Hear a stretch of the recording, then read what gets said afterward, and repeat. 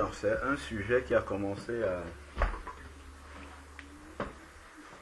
à monter dans mon cœur quand j'étais sur le chemin pour aller au baptême ce matin.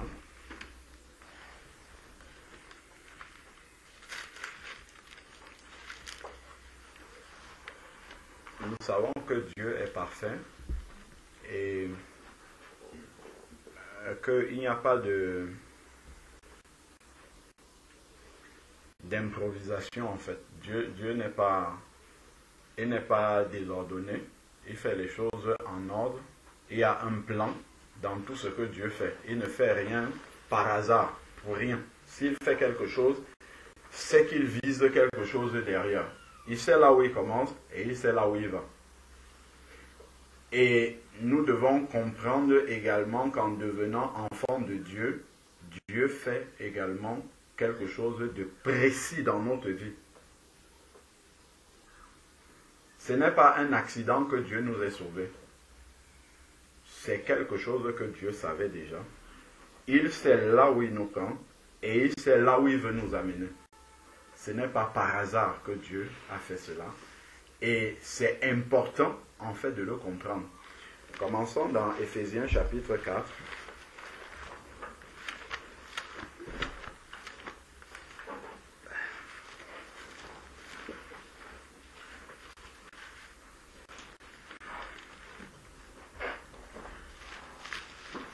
Si nous prenons Éphésiens chapitre 4,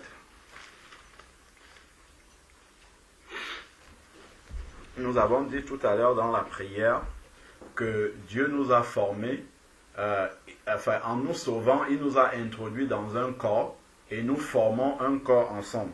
Et il a organisé ce corps-là qu'on appelle le corps de Christ d'une certaine façon. Déjà quand vous voyez, quand nous observons notre corps, c'est impressionnant en fait de voir comment le corps humain est bâti. Comment chaque membre est à sa place. Si on déplace le doigt, si je prends le pouce par exemple, le pouce, regardez comment il est petit, il est agile, il arrive à faire certains gestes, mais si j'enlève mon pouce, je le mets au milieu là, à la place de celui-là, je déplace celui du milieu, je mets à la place du pouce, je deviens handicapé, directement.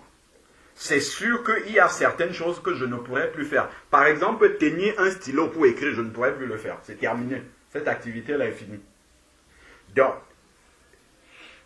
lorsqu'on observe, on voit qu'il n'y a pas de hasard, en fait, dans ce que Dieu a fait. Déjà dans notre corps humain, là. Quand on voit comment il est placé, essayons un peu de couper la jambe là. On coupe la jambe et on la met à la place de l'avant-bras.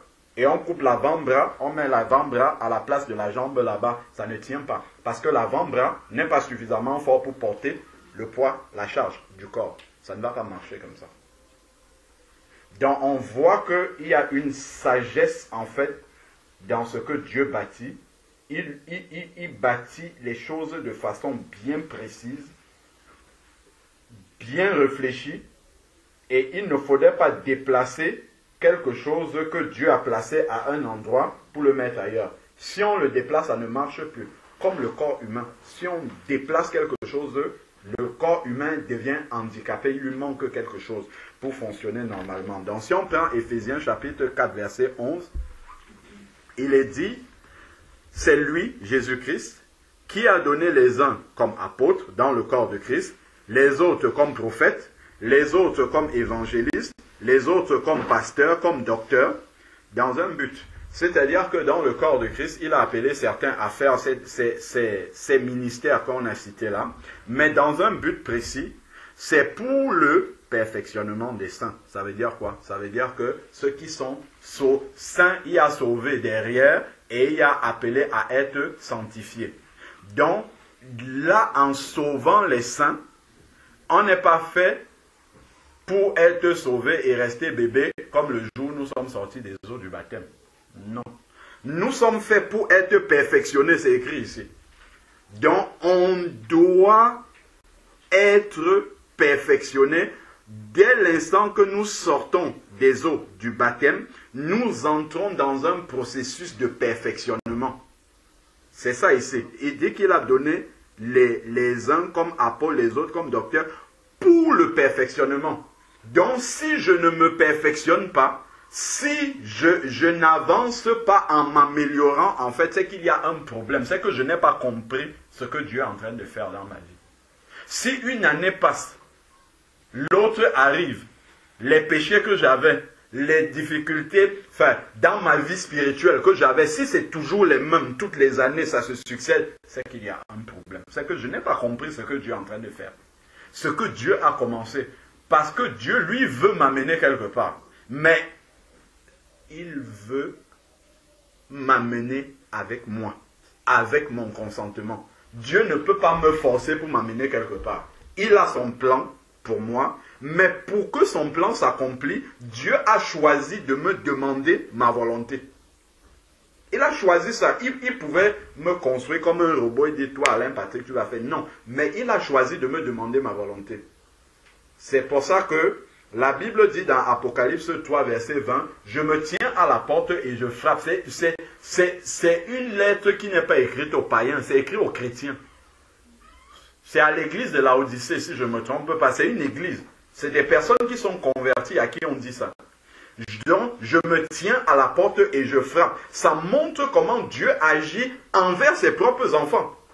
Il se tient à la porte du cœur de ses enfants et il frappe et il attend. Il ne frappe pas, il entre directement, il enfonce la porte, il entre dans ta vie, comment ça? Non.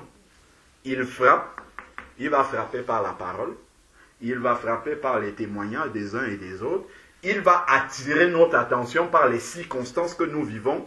Il frappe à la porte de plusieurs manières parce qu'il veut que le plan qu'il avait prévu pour nous s'accomplisse. Si ce plan-là de perfectionnement ne s'accomplit pas, ça ne sera pas de la faute de Dieu, ça sera la nôtre. C'est-à-dire que, soit nous n'avons pas réalisé que quand on se convertit, ce n'est pas pour rester comme on était dès qu'on est converti là, c'est bon, j'ai accepté Jésus-Christ, je reste le même, 1 an, 2 ans, 3 ans, 4 ans, 10 ans, je suis toujours le même. Je prenais un exemple une fois sur ce sujet-là. Si un frère, une soeur qui vient d'avoir un bébé, nous passons, nous sommes contents, nous nous réjouissons, nous bénissons le nom du Seigneur. Seigneur, béni soit ton Saint-Nom d'avoir donné, je ne sais pas moi, Eva à notre sœur Irène ici. Nous sommes contents, Eva et bébé, ainsi de suite. On part. On fait peut-être 5, 6, 8 ans, 10 ans. Nous ne passons pas voir sœur Irène. Après 10 ans comme ça, le Seigneur nous conduit à revenir voir sœur Irène. Et on voit sœur Irène toujours avec Eva dans les bras comme ça. 10 ans après. Quelle sera notre réaction? Tout de suite, on va poser la question à la sœur. Mais ça fait 10 ans que l'enfant est né. Mais comment est-ce que cet enfant-là est encore dans tes bras? Qu'est-ce qui s'est passé? Est-ce que tu nourris cet enfant-là? Est-ce que cet enfant-là n'est pas malade? Est-ce que, en fait, si nous voyons ça, je crois qu'il n'y a personne qui ne va pas poser de questions. Tout le monde va poser des questions. Tous ceux qui avaient vu l'enfant bébé et qui revoient l'enfant 10 ans après, toujours dans les bras de sa mère, ça va sortir. La question va sortir. On ne peut pas ne pas poser de questions. Mais souvent, spirituellement, en fait, on regarde et on ne se pose pas de questions. On voit quelqu'un, 3 ans après qu'il soit converti, 5 ans après, il est toujours la même personne. Il n'a pas changé. Il est toujours dans les mêmes, voilà, dans les mêmes travers, dans les mêmes plaintes, dans les mêmes murmures contre le Seigneur, dans les mêmes murmures contre ses frères et sœurs, ainsi de suite. Il ne change pas, il ne grandit pas, il ne devient pas mature. Quand on dit qu'il veut prier dans l'assemblée, il attend toujours que d'autres personnes prient, comme si lui n'a pas le Saint-Esprit aussi. Quand on dit qu'il attend que d'autres font ça, c'est comme si lui, il était un chrétien appelé à être bébé. Ça, c'est son appel. Rester bébé, toujours. Mais ici, là, il nous est dit que Dieu a donné les saints ministères pour le perfectionnement. Donc, c'est un travail que Dieu veut. Il faut que ça s'accomplisse pour les saints. C'est écrit là. Perfectionnement des saints. Donc, si tu es saint, tu entres directement dans cette catégorie-là. À moins que tu ne sois pas saint. Oui, là, tu peux rester bébé, autant que tu veux. Mais si tu es un enfant de Dieu, tu es appelé à être saint. Et comme tu es saint, tu dois être perfectionné. Et plus tu vas être perfectionné, plus tu vas voir que Dieu va commencer à utiliser ce perfectionnement que tu reçois au fur et à mesure pour te faire accomplir ce qu'il a prévu pour toi. Mais si tu n'es pas formé, si tu ne grandis pas, Dieu ne t'utilise pas. Dieu utilise ce qu'il forme. Il ne peut pas t'utiliser si tu n'es pas utilisable entre ses mains. C'est ce qui suit. Hein. Regardons ce qui est écrit ici. Là. Il dit, pourquoi on a besoin d'être perfectionné? Il dit cela en vue de l'œuvre du service. Ça veut dire que il nous perfectionne pour nous utiliser à son service. Parce qu'il a prévu que chacun d'entre nous, quel que soit celui qui entre dans le corps de Christ, il a un service à faire pour Dieu. Il a quelque chose à faire. Dieu ne l'a pas sauvé par hasard. Quand Dieu, la Bible nous dit que Dieu regarde la terre, il y a des besoins partout sur la terre. Dieu ne peut pas descendre pour résoudre ces besoins-là. Donc il va utiliser les êtres humains que nous sommes. Il a vu qu'il y a une voisine là-bas qui ne connaît pas Jésus-Christ. Il va faire en sorte que Ange Marianne, là où tu vas déménager, on ne va pas te donner la maison par hasard. On va te donner à côté de cette femme-là. À côté de ce monsieur-là. Juste pour qu'il te voie vivre. Et qu'il sache que Dieu existe. Il faut que nous soyons sensibles jusqu'à ce niveau de détail. On ne va pas t'embaucher dans un travail par hasard. Quand tu es un enfant de Dieu. Si Dieu t'envoie là-bas, c'est une lumière qu'il a envoyée. Il faut juste que quand les gens te voient, parce que nous nous déplaçons avec le royaume de Dieu en fait. Dieu habite en nous. Quand on arrive quelque part, le royaume de Dieu s'est déplacé. Quand Jésus arrivait quelque part, il disait, le royaume de Dieu est au milieu de vous. Il parlait de lui. Nous disons que Christ habite en nous. Hein. Quand nous arrivons quelque part, le royaume de Dieu est présent dans cet endroit-là. Il faut que nous en soyons conscients. Donc, les gens qui n'ont jamais lu la Bible, le fait qu'un chrétien soit là où ils ont une Bible à longueur de journée, si c'est au travail, à l'école, ils ont une Bible qui est là devant eux. Si maintenant, quand ils voient, ils lisent la Bible en la regardant, ça ne correspond pas au message qui est écrit ici. Nous nous plaignons souvent d'avoir des mauvaises traductions des Bibles, ainsi de suite. Nous-mêmes, nous sommes des mauvaises traductions de Bible. Pour les païens. Nous sommes de très mauvaises traductions de Bible. Nous devons commencer par corriger déjà cette traduction de Bible que nous sommes, avant de chercher ce que les hommes ont écrit là-dedans. Parce que la profondeur du message qui est là-dedans, nous l'avons reçu, même par l'esprit, même si c'est mal écrit ici dedans, nous l'avons reçu par l'esprit. Donc nous sommes capables de vivre cette parole-là pour que ceux qui ne l'ont pas reçue, qui ne connaissent pas Jésus-Christ, qu'ils puissent avoir une Bible authentique devant eux. Même si après ils vont commencer à discuter, ah il y a la traduction Martin, il y a David, il y a ceci, mais vu que nous vivons par l'esprit qui a inspiré cette parole, quelle que soit la traduction, qu'ils voient. Quand ils nous voient, ils ont la Bible authentique au moins devant eux. C'est quelque chose dont nous devons d'abord prendre conscience. C'est la première chose. Ça commence par là. C'est de prendre conscience d'abord que je suis une Bible. Au commencement était la parole, Jésus-Christ était la parole et nous sommes nés en Christ. Donc nous sommes appelés à être la parole, nous aussi, à être une parole vivante. Nous sommes une lettre de Dieu partout où nous arrivons. Nous sommes une lettre que Dieu adresse aux païens. Partout où nous arrivons, c'est une lettre que Dieu leur envoie. Même si nous ne parlons pas, nous sommes cette lettre-là que Dieu envoie partout où nous arrivons. Et c'est quelque chose qui ne doit jamais quitter notre esprit. Jamais.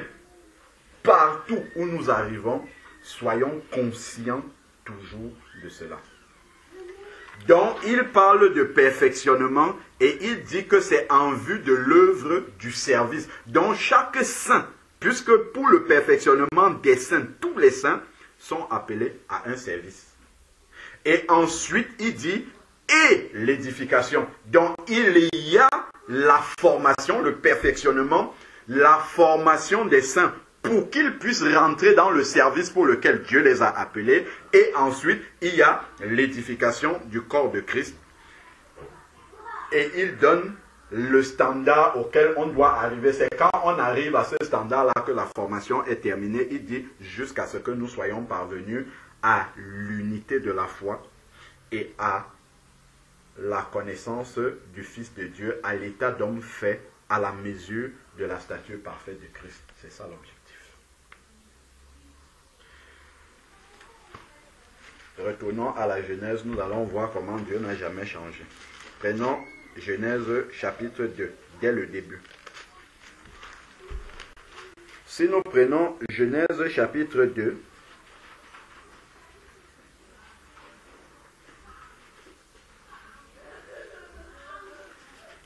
si nous lisons au verset 7, Genèse chapitre 2, verset 7, il est dit que l'Éternel Dieu forma l'homme de la poussière du sol, il insuffla dans ses narines un souffle vital et l'homme devint une âme vivante. Donc voilà Dieu qui a formé l'homme ici. Donc, ensuite on va nous parler de la création de l'homme, ainsi de suite. Maintenant, si nous prenons... commençons, je vais même prendre même avant. Prenons Genèse chapitre 1. Parce que là, Genèse 2 rentre déjà dans les détails. Commençons même à partir du chapitre 1. Ça, c'est la création de Dieu. Chapitre 1, verset 26. Genèse 1, verset 26. Il est dit, Dieu dit, faisons l'homme à notre image, selon notre ressemblance. Dieu pouvait s'arrêter là. L'homme serait créé, l'homme serait à la ressemblance de Dieu, et l'homme serait là comme ça. Il ne sait pas ce qu'il doit faire. On voit que ce n'est pas ça que Dieu a fait. Dieu a créé l'homme pour un but. Il y a une raison pour laquelle il a créé l'homme. Parce qu'il fallait quelqu'un pour dominer sur les poissons de la mer. Il fallait quelqu'un qui ait l'autorité là-dessus. C'est ce qu'il dit. Il dit, selon notre ressemblance, ça introduit un but. Il a créé l'homme pour qu'il domine sur les poissons de la mer. Voilà le premier appel de l'homme ici. Appelé à dominer sur les poissons de la mer. Ensuite, maintenant, sur les oiseaux du ciel, sur le bétail de toute la terre et sur tous les reptiles. Donc, Dieu créa l'homme à son image, verset 27, Genèse 1, verset 27. Il créa l'homme à l'image de Dieu, homme et femme, il les créa. Dieu les bénit et Dieu leur dit. Très important. Dieu ne les a pas bénis et il les a laissés comme ça. Dieu leur a parlé et il leur a dit ce qu'ils doivent faire. Il leur a dit le but pour lequel il les a créés. Il leur a dit ça. Toi, en tant qu'enfant de Dieu, quand tu nais de nouveau, Dieu te dit pourquoi il t'a appelé à lui. C'est ce à quoi je veux en venir. Dieu ne t'a pas sauvé pour rien. Dieu t'a sauvé parce qu'il y a un manque. Il n'y avait pas quelqu'un dans toute la création là qui devait dominer sur les poissons. Dieu a créé l'homme. Il a dit, toi, ton rôle, c'est ça.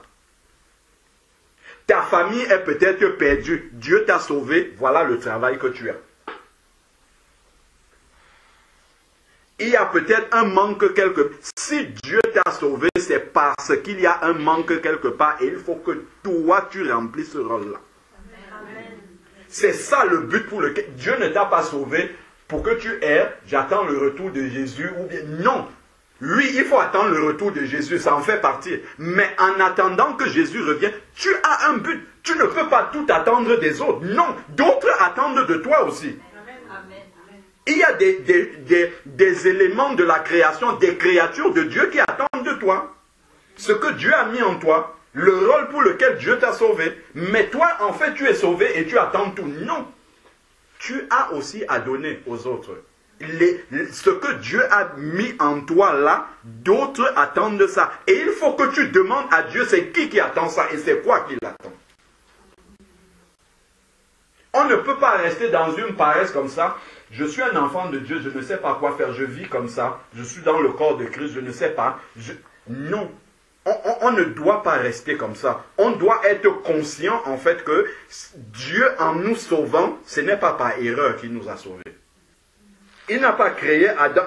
Quand il avait créé tous les luminaires, les astres, tout ça, ce n'est pas qu'il s'ennuyait, il s'est dit, bon, je vais tout créer, qu'est-ce qui manque? Non, les poissons et tout ça qu'il avait déjà créé, il n'y avait pas quelqu'un pour les dominer. Il a dit, créons l'homme pour dominer. Ensuite, maintenant, une fois que l'homme, nous sommes au verset 27, l'homme est créé, il va parler maintenant, il va leur dire, pourquoi est-ce que je vous ai créé? Pourquoi? Il dit ici, Dieu, soyez féconds. Donc, nous sommes dans Genèse 1, verset 28.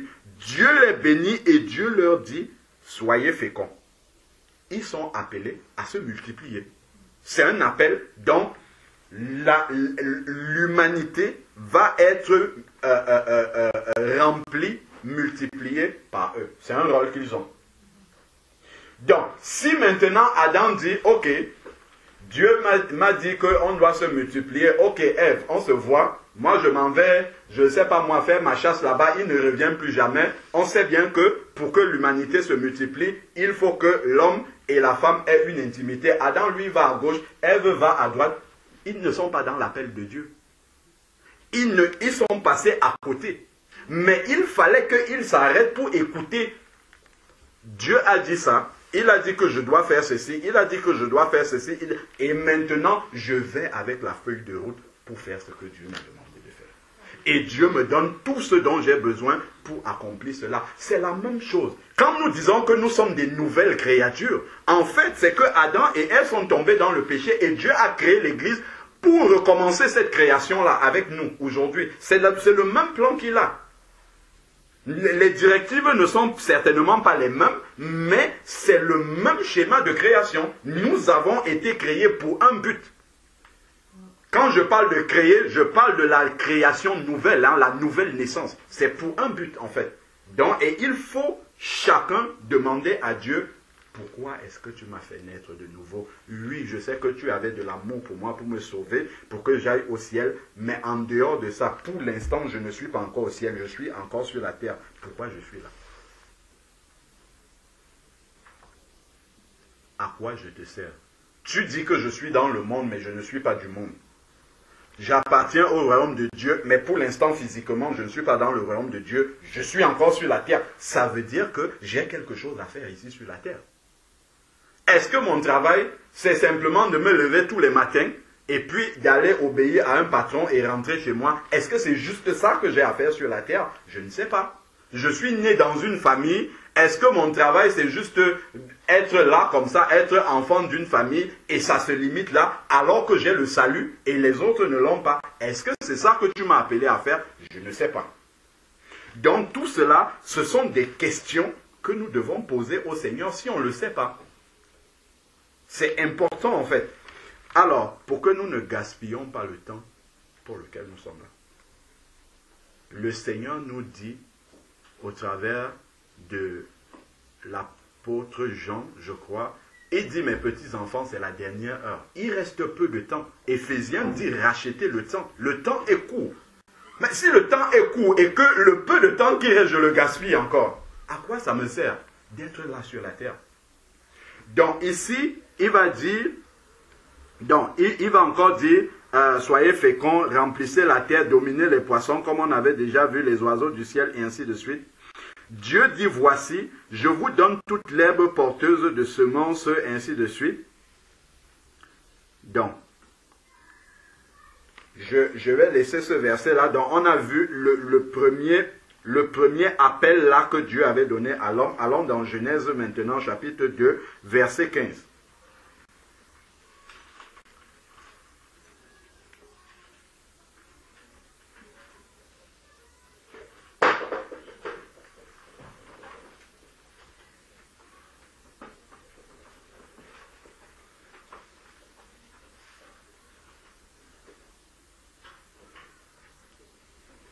Donc, il va dire ici, l'Éternel Dieu prit l'homme et le plaça dans le jardin.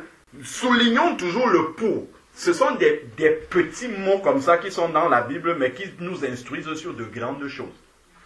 Il dit, l'Éternel Dieu prit l'homme pour le mettre dans le jardin parce qu'il y avait besoin qu'il y ait quelqu'un là-bas. Parce que le jardin ne devait pas vivre comme ça tout seul.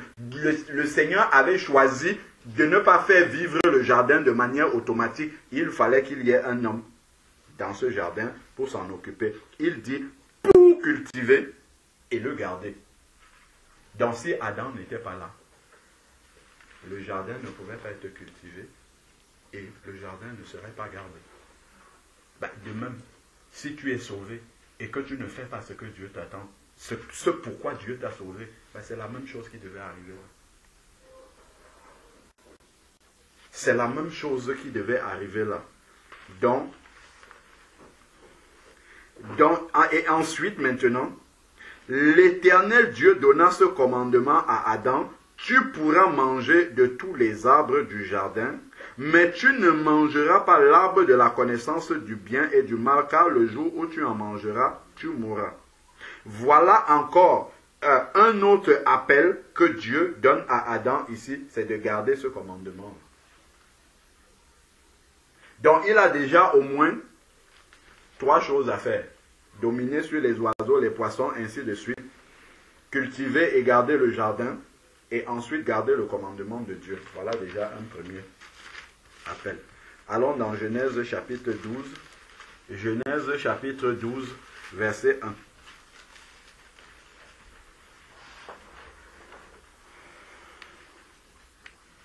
L'Éternel dit à Abraham, va-t'en de ton pays, de ta patrie, et de la maison de ton père. Ça, c'est comme la nouvelle naissance ici. Ça, c'est l'image de la nouvelle naissance, en fait. Abraham est le père de la foi. Donc, c'est par lui, en fait, que ça a commencé. Donc, l'image de la nouvelle naissance commence là. Quand nous voyons là par Abraham, là, enfin, ça a commencé déjà avec Adam et Ève. Ça se poursuit, si on veut, ici, par Abraham. Et Dieu lui demande de quitter. Ça, c'est l'image de quitter le monde et quitter les relations charnelles qui peuvent nous retenir et nous empêcher d'écouter la voix de Dieu. Dieu va l'amener ailleurs pour écouter sa voix. Donc, il lui dit de quitter son pays, sa patrie, sa maison, la maison de ton père, vers un pays que je te montrerai. Je ferai de toi une grande nation et je te bénirai. Le Seigneur le fait sortir de là dans un but pour faire de lui une grande nation et je te bénirai. S'il restait chez ses parents, qu'est-ce qui allait se passer? Ça n'allait pas s'accomplir. Il fallait qu'il parte de là. Il fallait qu'il entre dans le plan que Dieu avait. Il fallait qu'il obéisse. C'est pour ça que je disais tout à l'heure que Dieu attend que tu manifestes ta volonté d'entrer dans son plan. Sinon, ça ne s'accomplira pas. Amen. Il attend que tu dises, me voici Seigneur, envoie-moi. Me voici, comme il dit à Ésaïe, qui marchera pour nous? Ésaïe dit, me voici, je marcherai pour nous, pour vous. C'est important. Si tu ne dis pas, me voici, le Seigneur attend. Tu attends. Ah, j'attends depuis des années que Dieu me révèle ce à quoi il m'a appelé. Moi, le Seigneur aussi attend. Et vous restez dans l'attente comme ça, et les années passent. Oh, Dieu, mon frère, Dieu m'a utilisé à faire. Moi j'attends toujours. Tu restes éternellement dans une salle d'attente. Mais Dieu ne veut pas venir prendre les enfants de Dieu dans les salles d'attente. Non. Nous nous souvenons d'une parole dans Matthieu où le Seigneur dit, heureux le serviteur que son maître trouve en train de faire quoi? En train de dormir dans une salle d'attente. Non. C'est celui qui est au travail, celui qui est dans le service qu'on a vu dans Éphésiens 4 là, c'est celui qui est en train de faire ce pourquoi Dieu l'a appelé. C'est lui qui est le bon et heureux serviteur. Tu as été fidèle en peu de choses, donc tu as fait quelque chose. S'il dit tu as été fidèle en peu de choses, c'est que tu as répondu à l'appel de la fidélité pour laquelle Dieu t'a sauvé. C'est important en fait de ne pas rester comme ça et de croiser les mains et d'attendre. Non. Il faut savoir que il faut savoir que Dieu ne fait pas des choses par hasard. Nous ne sommes pas sauvés par hasard. Ça, c'est pas vrai. Donc, si nous croyons que c'est juste comme ça, par hasard, nous sommes sauvés, Dieu voulait que nous allions au ciel, c'est la première chose, il veut que nous allions au ciel, mais il y a quelque chose pour lequel nous sommes, et c'est précis pour chacun d'entre nous. Nous allons voir quelques exemples, et on va voir que ça varie selon les personnes. Chacun a un appel devant Dieu. Donc, ici, il dit déjà, donc, il fallait qu'il parte de son pays, parce que Dieu avait prévu de faire de lui une grande nation. Je te bénirai, et je rendrai ton nom grand. Deviens donc une source de bénédiction. Je bénirai ceux qui te bénissent et je maudirai ceux qui te maudissent. Il dit, toutes les familles de la terre, ce n'est pas toutes les familles juste du village d'Abraham. Il dit, toutes les familles de la terre seront bénies en toi. Si Abraham ne répondait pas à ça, où seraient les chrétiens aujourd'hui? Nous sommes bénis en Abraham. Hein? Galate l'explique bien. Nous sommes fils d'Abraham selon l'esprit. Si Abraham, lui, l'avait dit, bon, ok, ça c'est mon appel, mais je suis tellement attaché à mes parents, je vais rester ici avec eux. Qu'est-ce qui sera arrivé? Tout ce plan merveilleux là, se serait arrêté. Donc, projetons ça, là je parle d'Abraham, projette maintenant sur toi, projette sur moi, et te dire, comme je ne suis en train de rien faire, je suis dans la salle d'attente, combien de personnes attendent des choses que Dieu a mis en moi, là, ils attendent ça, mais moi je suis dans la salle d'attente et j'attends aussi. Combien de personnes? Quels sont tous les projets de l'Éternel qui ne sont pas en train de s'accomplir parce que je ne suis pas entré dans son plan? Ce sont des questions qu'on peut poser au Seigneur. Qu'est-ce que tu avais prévu qui devait s'accomplir et qui n'est pas en train de s'accomplir par ma faute? Parce que je suis dans la désobéissance, parce que je ne suis pas encore entré dans le projet, parce que je suis une mauvaise traduction de Bible que les gens voient tous les jours.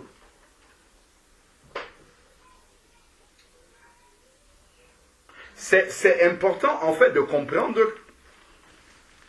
le cheminement du Seigneur avec chacun d'entre nous et de ne pas causer une panne, une rupture de chaîne dans ce processus-là. Dieu peut faire une chaîne. D'ailleurs, je crois que c'est dans Jean 17, quelqu'un peut trouver le verset où le Seigneur dit, je ne prie pas seulement pour eux. Quand le Seigneur a fait la prière pour ses disciples, il dit, je ne prie pas seulement pour eux, mais je prie aussi pour tous ceux qui croiront à cause de leur parole. 17-20, merci ma soeur. Jean chapitre 17, verset 20. Je ne prie pas seulement pour eux, mais je prie également pour tous ceux qui croiront. Jean chapitre 17, verset 20. Il dit, ce n'est pas pour eux seulement que je prie, mais encore pour ceux qui croiront par leur parole. Ben, si les apôtres se taisaient, où seraient les évangiles là que nous lisons? Où seraient les épîtres? S'ils se taisaient, mais qui devait croire alors? Personne. S'ils ne répondaient pas à cet appel-là, on va voir après les appels des apôtres, ainsi de suite. S'ils ne répondaient pas, mais ça, Jésus aurait prié d'avance là pour rien en fait.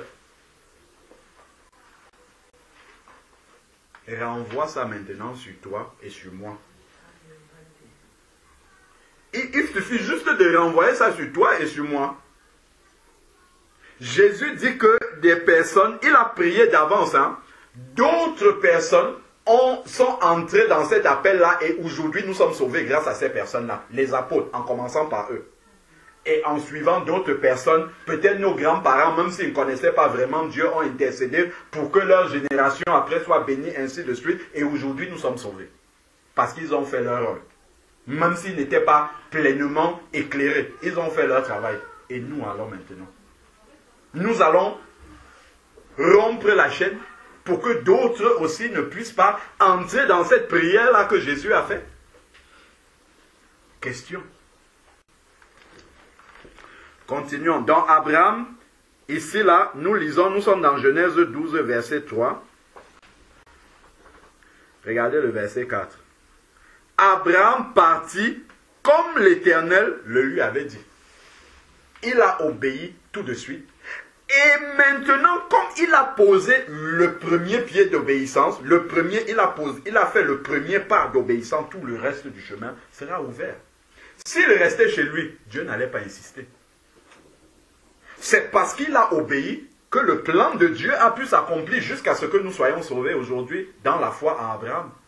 Mais s'il n'avait pas obéi, cela ne se serait pas accompli de cette façon-là. Donc, prenons Exode chapitre 3 maintenant. Jamais Dieu ne fait des choses par hasard. Jamais. Jamais ce n'est par hasard. Donc nous-mêmes, nous ne sommes pas un hasard entre les mains du Seigneur. C'est ça que nous devons comprendre. Exode chapitre 3 verset 1. Moïse faisait paître le troupeau de Jéthro, son beau-père, sacrificateur de Madian. Il mena le troupeau au-delà du désert et se rendit à la montagne de Dieu, à Horeb. L'ange de l'Éternel lui apparut dans une flamme au milieu d'un buisson.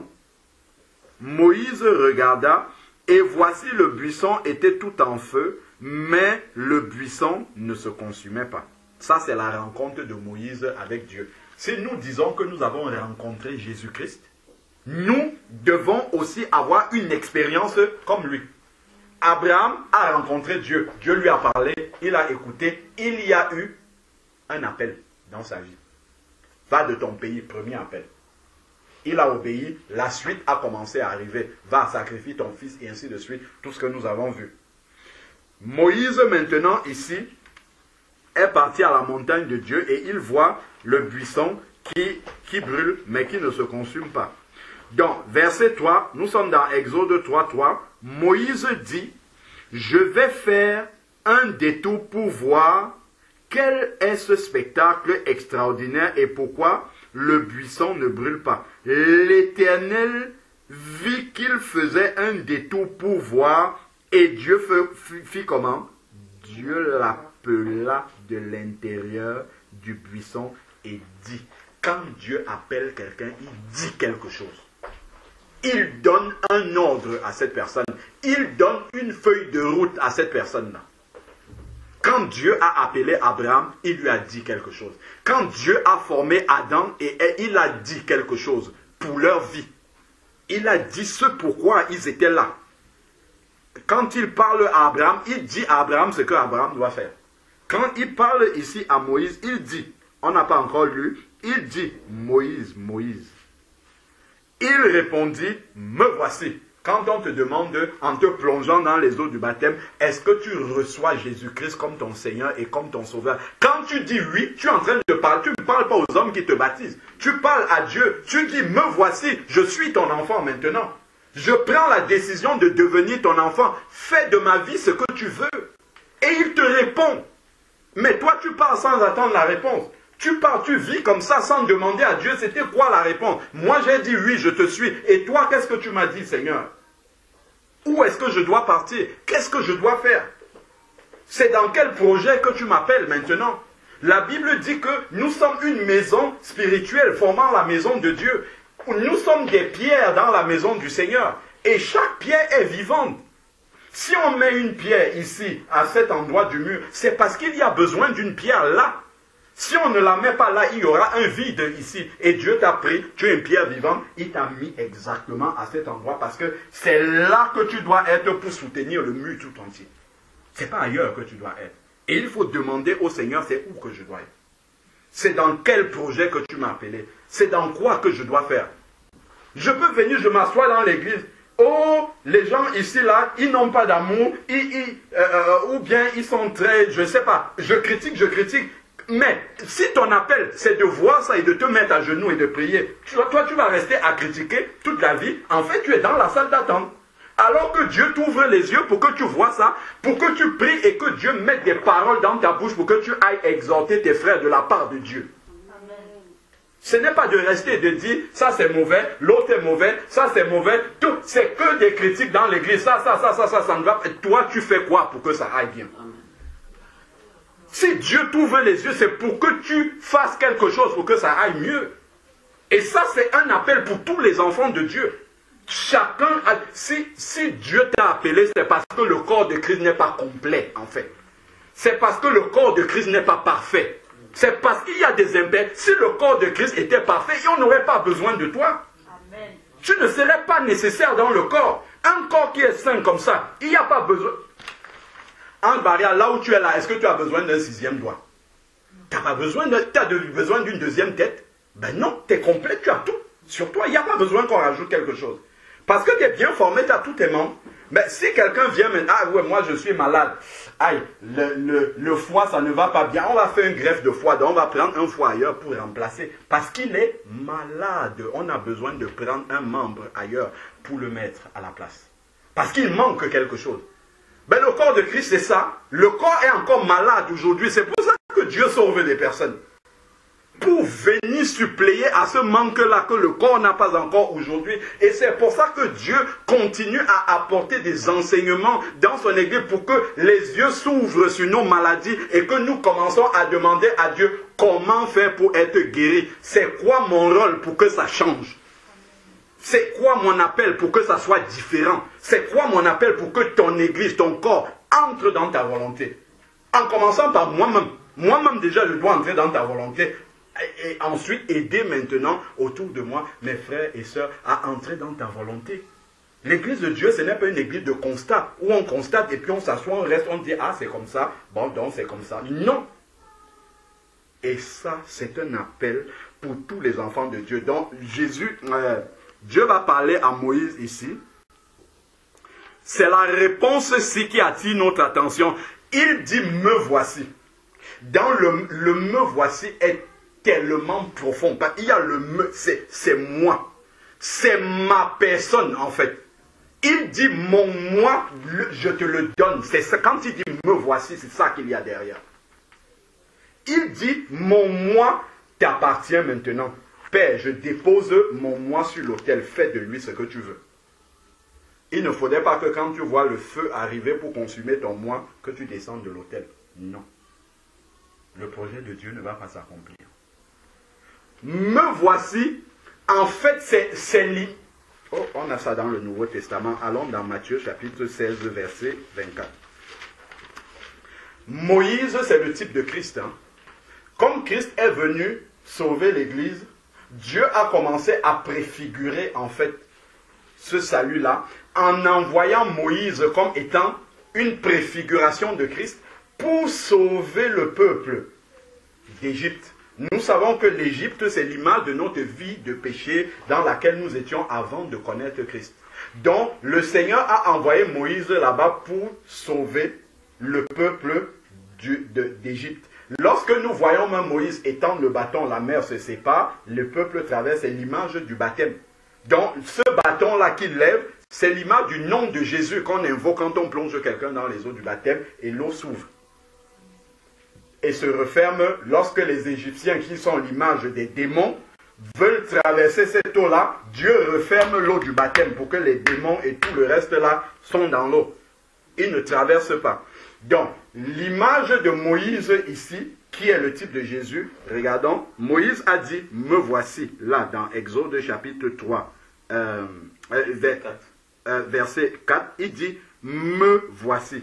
Si nous prenons Matthieu chapitre 16, verset 24, qu'est-ce que Jésus dit?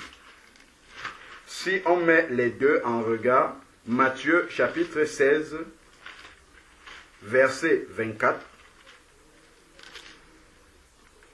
alors Jésus dit à ses disciples, donc ceux qui veulent être vraiment disciples de Jésus-Christ, il dit, si quelqu'un veut venir à moi, je crois que nous tous, si nous sommes réunis ici, c'est que nous voulons venir à Jésus-Christ.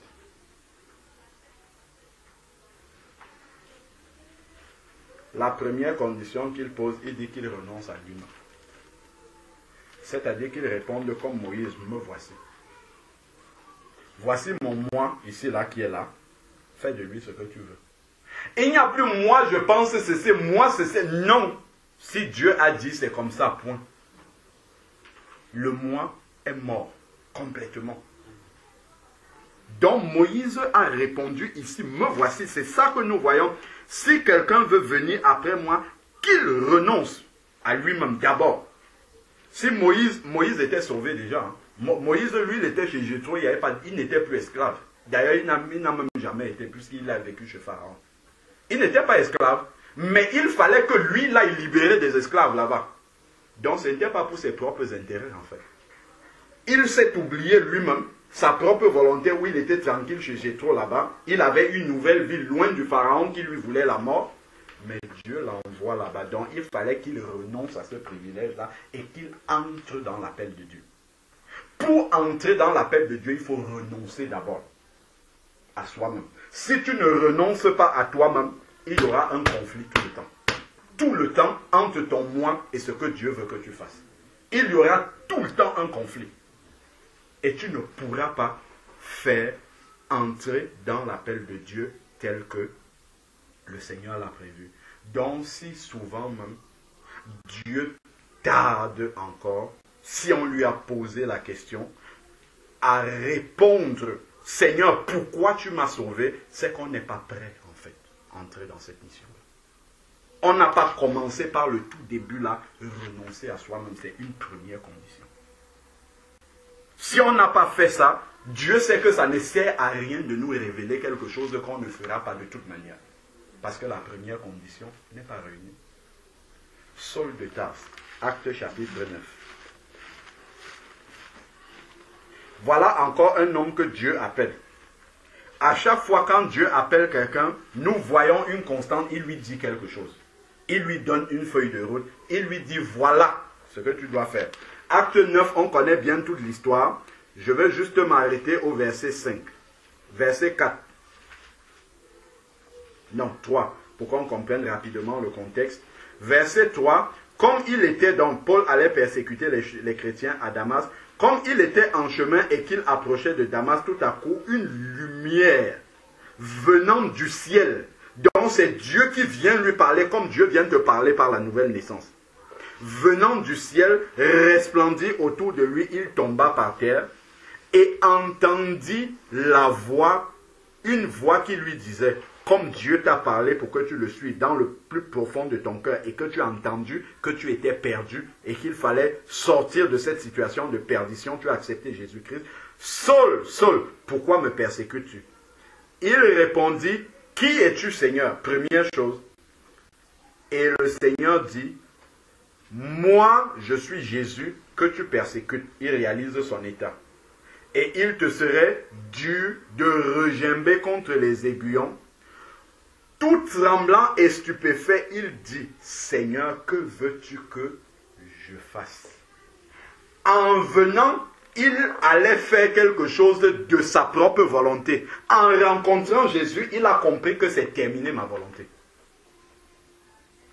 Mon moi est terminé, ce que je veux faire. Maintenant, je mets ce moi-là au service du Seigneur. Seigneur, que veux-tu que je fasse? J'attends. J'ai renoncé à moi-même. Ce que j'allais faire à Damas est terminé. J'ai compris mon état. La lumière est venue et a éclairé ces ténèbres. Il a compris en regardant cette lumière qu'il est dans les ténèbres. Et en plus, il a été aveugle 3 jours. Pour lui révéler réellement les ténèbres dans lesquelles il était. Il fallait qu'il réalise d'abord sa condition de pécheur et perdu. Donc maintenant, dès le début, ce choc de la rencontre avec Jésus-Christ, on vient déjà de voir au moins 2 cas Moïse, là Paul. Quand il rencontre le Seigneur, la première chose, c'est de dire, moi, bye bye, c'est fini. Maintenant, Seigneur, que veux-tu que je fasse? Me voici. Nous nous souvenons de l'histoire de Samuel. Quand Élie dit 3 fois à Samuel, Samuel va voir 3 fois Élie pour lui demander, tu m'as appelé, ainsi de suite. Et après, Élie va lui dire, si tu entends encore cette voix-là, comment est-ce qu'il faut répondre? Parle, ton serviteur, écoute. Donc moi, je n'ai rien à dire. Seigneur, je me soumets, mon moi est là devant toi. Dis ce qu'il doit faire. c'est un abandon, c'est un renoncement complet. Pour entrer dans l'appel de Dieu, c'est un renoncement complet d'abord. Si on ne renonce pas réellement à nous-mêmes, c'est renoncer à son temps. C'est renoncer à sa propre volonté. C'est renoncer complètement. Si Dieu dit que tu dois t'arrêter maintenant pour prier, j'ai mes cours là à étudier, c'est parce que la pensée est venue dans mon corps que je dois fléchir les genoux maintenant pour prier pour Maman Tech. Mes cours là, je mets ça à côté. Seigneur, tu sais que je dois réviser mes cours. Je pose de côté. Je fléchis mes genoux. Seigneur, tu m'as mis dans le cœur de prier maintenant pour ma soeur Maman Tech. Je ne sais pas ce qui lui arrive, ainsi de suite. Quand tu finis, tu reprends les cours et tu continues. C'est ça l'appel de Dieu. C'est de mettre ses priorités, sa volonté derrière par rapport à ce que le Seigneur nous montre de faire. S'il n'y a pas ce préalable-là, c'est que ce que Dieu ne va même pas se fatiguer à nous. C'est pour ça qu'il dit que je me tiens à la porte, je frappe. S'il frappe, comme il frappe là et il attend que tu réagisses. Tu ne vas pas seulement dire verbalement comme ça, oui Seigneur, entre, je souperai avec toi. Ton oui en fait va être un renoncement par exemple. Et il y a telle chose dans ta vie, tu es trop attaché à ça. C'est un obstacle pour moi, pour que je travaille dans ta vie. Dieu te le révèle et il attend que tu mettes ça de côté d'abord. Si tu ne mets pas ça de côté, de toute manière s'il te révèle, tu ne pourras pas entrer dans cet appel parce que la chose qu'il te révèle est un obstacle en fait. Ça va t'empêcher de servir le Seigneur ou tu le feras dans la distraction, dans le désordre. Parce que tu n'as pas encore renoncé. Tu le feras dans le tiraillement. Dieu ne veut pas qu'on soit tiraillé. Il veut que nous puissions entrer dans un appel complet avec lui. Que le cœur soit soumis vraiment. Que nous soyons disposés à faire la volonté du Seigneur coûte que coûte. Quel que soit ce que ça va nous coûter. Là, on devient utilisable entre les mains du Seigneur. On devient vraiment un vase d'honneur. Ça devrait être une vraie tristesse dans le cœur d'un enfant de Dieu de ne pas être utilisé par Dieu. Ça devrait nous rendre très très tristes dans notre cœur. Mais si ça ne nous rend pas tristes, c'est qu'il y a un vrai problème en fait. Parce que Dieu veut faire tellement de choses sur cette terre. Et que nous soyons là, et que nous soyons inutiles entre ses mains, ça devrait beaucoup nous attrister en fait. Ça devrait être un sujet de prière numéro 1. Quand j'entre dans la présence de Dieu, c'est « Seigneur, je ne me trouve pas suffisamment utile entre tes mains. Qu'est-ce qui ne va pas? Qu'est-ce qui bloque? Qu'est-ce qui coince? Qu'est-ce que tu attends de moi? Qu'est-ce que je n'ai pas encore enlevé qui fait en sorte que je ne sois pas pleinement dans ce que tu attends de moi ?» Quand Dieu verra réellement cette volonté-là en nous, là maintenant, il va commencer à nous révéler. Mais si on reste dans la paresse et on dit, bon, de toute manière, si je ne fais pas ça, d'autres feront. Ça ne marchera pas. 10 ans après, comme je disais tout à l'heure, le bébé sera toujours dans les bras de la sœur Irène. 10 ans après, ça sera toujours comme ça. Ah, ça ne va pas, mes frères, priez pour moi. Priez encore pour moi. C'est comme ça en fait qu'on va être. Ce n'est pas qu'il ne faut pas demander la prière, mais c'est qu'on va toujours dépendre des autres. Parce qu'on n'est jamais devenu mature spirituellement. On n'a jamais pris sa vie spirituelle. On n'a jamais pris son appel en fait au sérieux devant le Seigneur. Donc on va toujours être assisté, éternellement assisté par les autres. Toujours, voilà, on ne sait pas quoi faire, parce qu'on n'a pas donné la possibilité, on n'a pas disposé sa vie, son cœur, son moi, pour permettre à Dieu vraiment de nous faire grandir. On n'a pas fait le travail qu'il fallait faire dès le début. On peut forcer d'être disciple, mais si on n'a pas renoncé, ça ne se fera pas. Jésus a dit, renoncez d'abord. Et ensuite, chargez-vous de votre croix. Si tu n'as pas renoncé, tu ne peux même pas te charger de ta croix. Elle va t'écraser directement. Voilà pourquoi beaucoup de chrétiens murmurent contre Dieu. Je ne comprends pas si les frères, je vois d'autres frères, d'autres sœurs, c'est comme ça dans leur vie. Pourquoi moi ça ne m'arrive pas? Ils sont en train de murmurer au lieu de chercher le problème en eux. Dieu n'est pas un Dieu injuste. Il ne fait pas de favoritisme. Il n'y a pas de favoritisme. Il y a un prix à payer pour être un disciple du Seigneur. Le salut est gratuit, mais pour être un disciple authentique, il y a un prix à payer. Ce prix-là, c'est ton moi, en fait, c'est le plus grand prix à payer. Mais ce n'est pas le plus simple à payer. Jésus même a payé ce prix-là. Mais nous, on ne peut pas vouloir être disciple de Jésus et ne pas... C'est écrit dans Matthieu 10, le disciple sera traité comme son maître. Si tu es un vrai disciple de Jésus, sans renoncer à ton moi-même, tu seras plus grand que le maître. Ce n'est pas possible que tu sois plus grand que le maître. Parce que Philippiens 2 nous dit que Jésus a renoncé à la gloire céleste pour venir mourir là. Donc il a renoncé vraiment à justement toute cette gloire-là qu'il avait pour venir mourir pour nous simplement comme un homme. Donc toi, tu ne peux pas dire, Jésus est mon modèle, il est le chemin, la vérité et la vie, c'est lui que je suis, et tu ne renonces pas. Tu ne seras pas un disciple du Seigneur. Donc il y aura toujours des blocages. Tu vas aller chercher les blocages, tu vas envoyer le feu sur les ennemis, ainsi de suite, alors que l'ennemi là, c'est toi-même d'abord. Ce n'est pas sur quelqu'un que tu dois envoyer le feu, c'est toi-même, tu dois regarder, toi-même taper. Et j'ai commencé où avec le Seigneur? Qu'est-ce que je n'ai pas fait dès le début avec le Seigneur?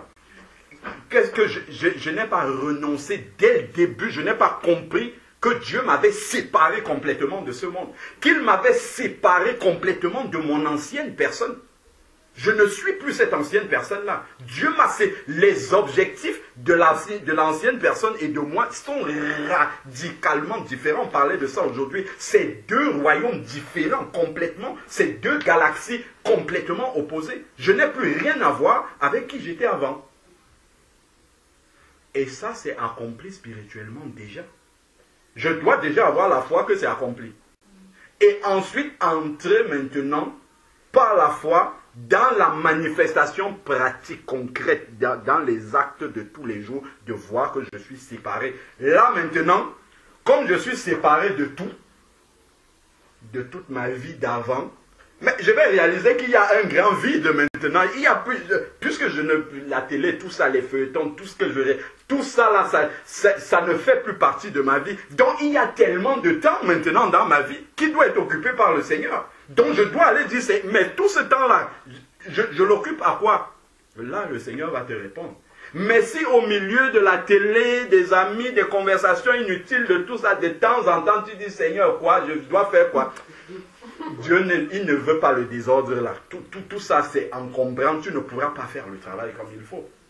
On ne peut pas faire ce travail-là dans le tiraillement, dans la distraction. Non, on ne peut pas écouter la voix de Dieu comme ça. Il faut se débarrasser déjà de ce que le moi aime et maintenant venir sérieusement devant le Seigneur et dire comme Moïse là, Seigneur, me voici. Me voici, je suis prêt, vraiment. Je suis prêt à payer le prix. Si c'est à la prière que tu m'appelles, je suis prêt à prendre du temps pour la prière sérieusement avec toi. Consacrer du temps pour ça. Si c'est aller rendre visite aux frères et sœurs, c'est ça. Si je dois aller exhorter, je ne sais pas moi, le voisin ou bien ainsi de suite, je suis prêt à ça, envoie-moi maintenant. Le Seigneur attend que nous soyons sérieux avec lui. Si nous ne sommes pas sérieux avec Dieu, il ne nous prend pas au sérieux non plus. Si nous faisons beaucoup de prières comme ça avec la bouche, alors que le cœur, lui, il aspire à faire autre chose, Dieu, comme il regarde le cœur, il va dire non, je ne vais pas violer la volonté de son cœur, je vais laisser d'abord que son cœur accepte de se tourner réellement à mon service. Là, maintenant, il est utilisable. Là, maintenant, si je l'envoie faire quelque chose, la question c'est, est-ce que Dieu peut compter sur moi? Dieu peut réellement compter sur moi? C'est une question que je dois me poser. Est-ce que si Dieu dit, voilà ma fille, mon fils, voilà ce que je t'appelle, est-ce qu'il peut compter sur moi que je vais réellement le faire aller jusqu'au bout? Bien sûr, pas par mes propres forces. En m'appuyant sur lui, mais est-ce que s'il me montre ce que j'ai à faire, est-ce que je vais le faire? Est-ce que je vais entrer sérieusement dans ce travail? Donc Dieu ne peut pas, il faut que nous en soyons conscients, que Dieu ne peut pas refuser de nous révéler quelque chose qui est dans sa volonté. Il ne peut pas refuser. Donc si on ne le sait pas, le problème n'est pas chez Dieu, c'est chez nous. Nous devons rechercher où est le problème.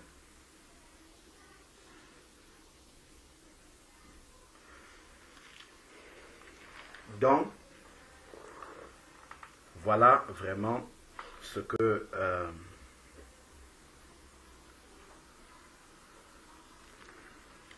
j'avais sur le cœur à partager avec nous. C'est vraiment que nous réalisons que le Seigneur nous a appelés pour un but. Seigneur, je sais que c'est par hasard, c'est pas par hasard que je suis sauvé. Pourquoi m'as-tu sauvé? Pourquoi m'as-tu appelé? Qu'est-ce que je fais dans le corps de Christ? Où est ma place là-dedans? Je sais que je suis un membre de ce corps-là. Quand je regarde le corps humain auquel tu compares le corps, le tien, que tu as formé en sauvant les gens, je me rends compte que chacun des membres dans le corps n'est pas placé par hasard. Il est placé à un endroit particulier avec une fonction bien précise.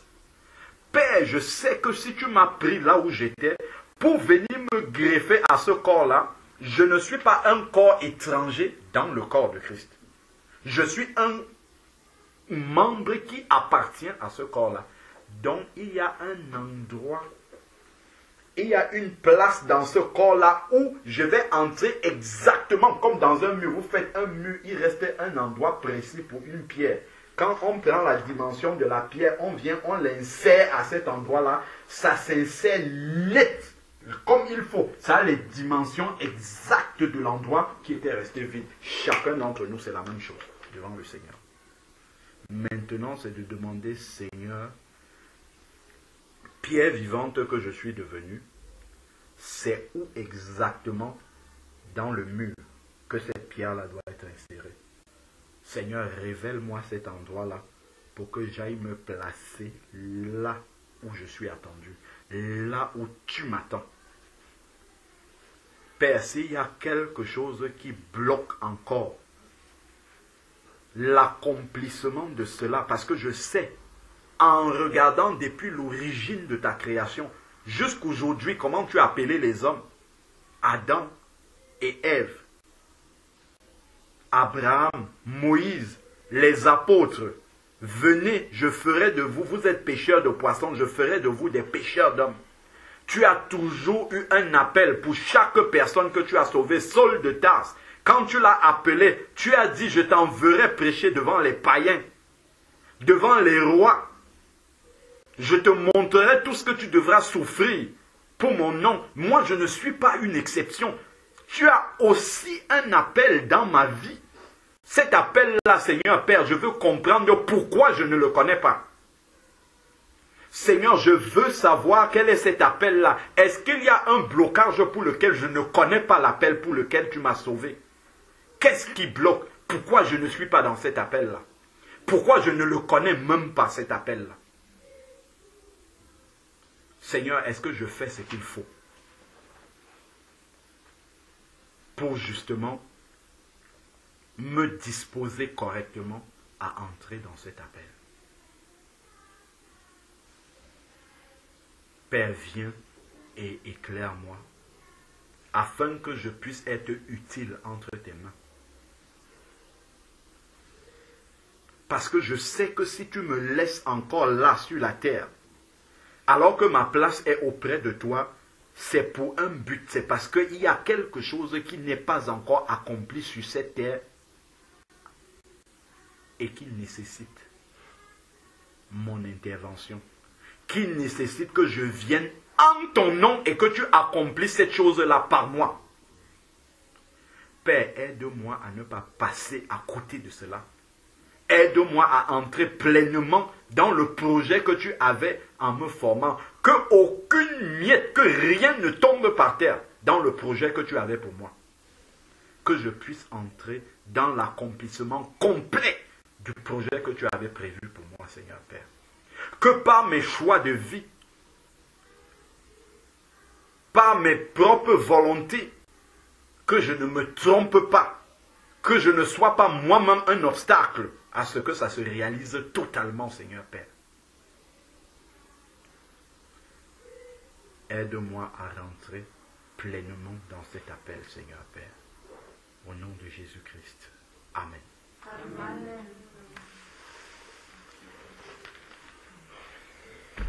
Je vais ajouter quelque chose.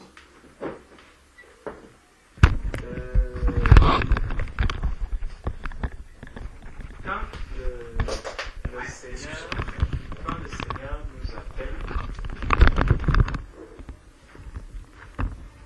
à faire quelque chose, nous devons savoir que celui qui l'a d'abord fait, c'était Jésus-Christ. Parce que le Seigneur ne peut pas nous demander de faire quelque chose que lui-même a déjà expérimenté au travers de son Fils Jésus-Christ. Dans Matthieu 16, où le Seigneur dit, si quelqu'un veut venir après moi, qu'il renonce à lui-même. En regardant dans Luc 23, il y a quelque chose qui se produit. Déjà, dans Jean 4 nous dit, Jean 4 verset 24 nous dit que Dieu est esprit. Dieu est esprit et il faut que ceux qui l'adorent en esprit et en vérité. Dans Luc 23,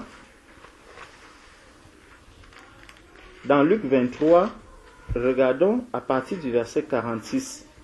Nous allons voir quelque chose qui se passe au verset 46 déjà. C'est lorsque Jésus va mourir. Et on nous dit, Jésus s'écria d'une voix forte, « Père, je remets mon esprit entre tes mains. » Et disant cela, on dit quoi? Il a continué à vivre. Non, il expira. Qu'est-ce qu'il fait? Il expira. Il meurt. Donc, c'est lorsque Jésus dit, « Père, je remets mon esprit entre tes mains », il n'y a plus de vie en lui. Je ne sais pas si on comprend. Si quelqu'un veut venir après moi, qu'il renonce à lui-même.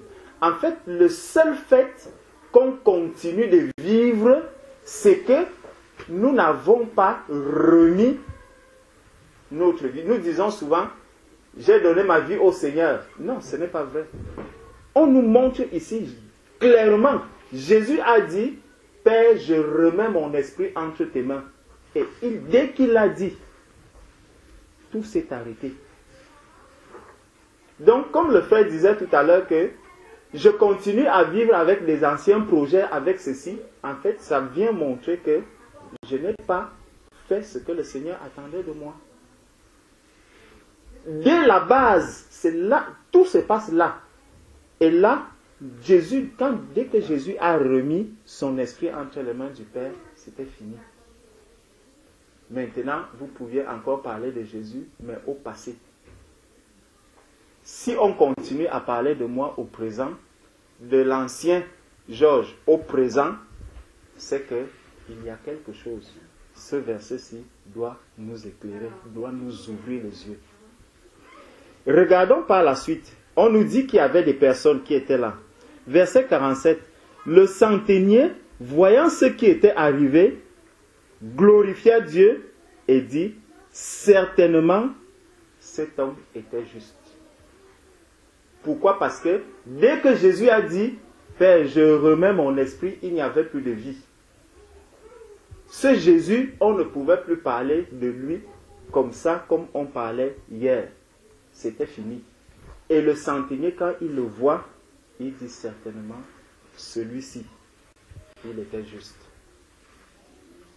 Donc, quand on continue, comme le frère disait qu'une mauvaise traduction de la Bible, en fait, le seul fait qu'il y ait cette mauvaise traduction de la Bible doit me faire comprendre que ceux qui sont aussi autour de moi ont des difficultés et même de la peine à dire que voici, cette femme-ci, elle est juste. Voici mon frère, voici tel homme, telle personne qui est juste. Le frère a pris un exemple en disant que lorsque vous travaillez quelque part, ce n'est pas pour rien. Nous devons savoir que le Seigneur travaille partout où nous sommes. Je vais vous raconter une histoire. Un jour, dans mon lieu de travail, j'ai vécu une scène vraiment terrible. Je sors du bureau, à peine je sors, je vois un billet de 200 € posé devant moi, juste devant ma porte. Qu'est-ce que je fais? Je voulais d'abord passer, j'ai dit non, je prends. J'ai ramassé le billet de 200 €, je l'ai gardé. Je suis allé voir mes collègues qui sont juste à côté, je leur ai demandé, est-ce que quelqu'un de vous a perdu de l'argent? À eux, j'ai dit directement, est-ce que quelqu'un de vous a perdu de l'argent?